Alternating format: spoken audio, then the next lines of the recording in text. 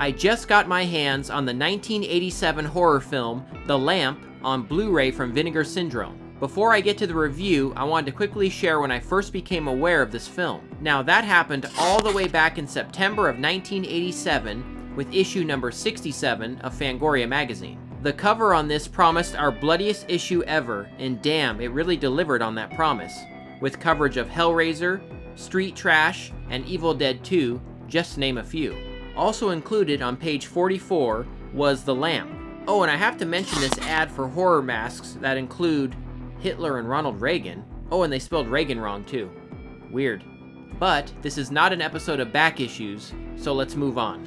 I vividly remember checking out this coverage of The Lamp as a little kid when my parents first got me this magazine. Coolest parents ever, by the way. I remember being enthralled by these photos, especially of this dead woman with a blade in her forehead. I knew back then that this movie wasn't messing around. I ended up seeing the movie on VHS later on, and I remember loving it as a kid. Flash forward nearly 35 years later. How does The Lamp hold up today? Well, let's find out. The Lamp is about, well, a lamp that contains an evil genie called a djinn. The cursed object ends up at a Texas museum run by our teenage lead's dad. Now, Alex is a very 1980s looking teenager who recently broke up with her psychopath boyfriend. Seriously, this is what he does when he spots her riding with her new boyfriend. What the shit? Woo! Come on, boy, hit him again! Seems normal. Now, this scumbag ends up hurling racial slurs at the principal, but is taught a nice lesson by one of the teachers.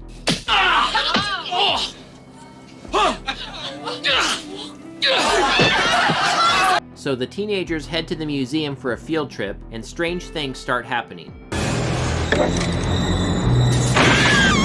Alex and her friends eventually concoct a plan to stay overnight at the museum for a little party. And wouldn't you know, the two degenerates decide to crash their little get-together. So the teens are eventually trapped in the museum while the evil genie kills them off one by one. And when we finally get to see the creature, wow, it looks awesome.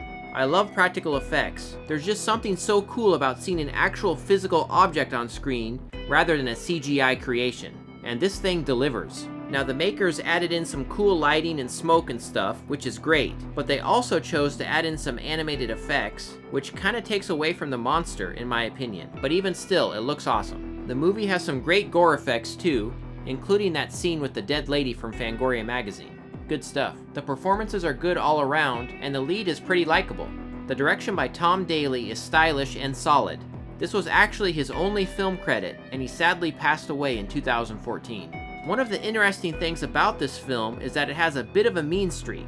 Now, the opening has a home invasion and brutal murder of an old lady. We've got the racist punks who actually call the principal the N-word, and later on they brutally rape someone. Definitely a bit more disturbing at times than your typical 80s creature feature. But even still, I really enjoyed this one a lot. It's very well done, and I'm happy that something I loved as a kid still holds up today.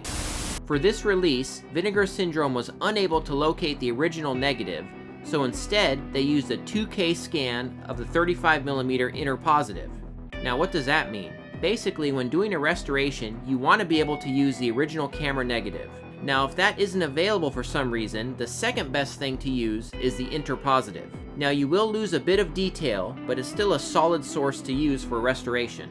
The film looks excellent here, and the print is very clean. I will say, it does look a tad dark at times to me, but overall it's an excellent presentation, and far superior to the old Scream Factory double feature Blu-ray release. Oh, and that previous release used the alternate title, The Outing.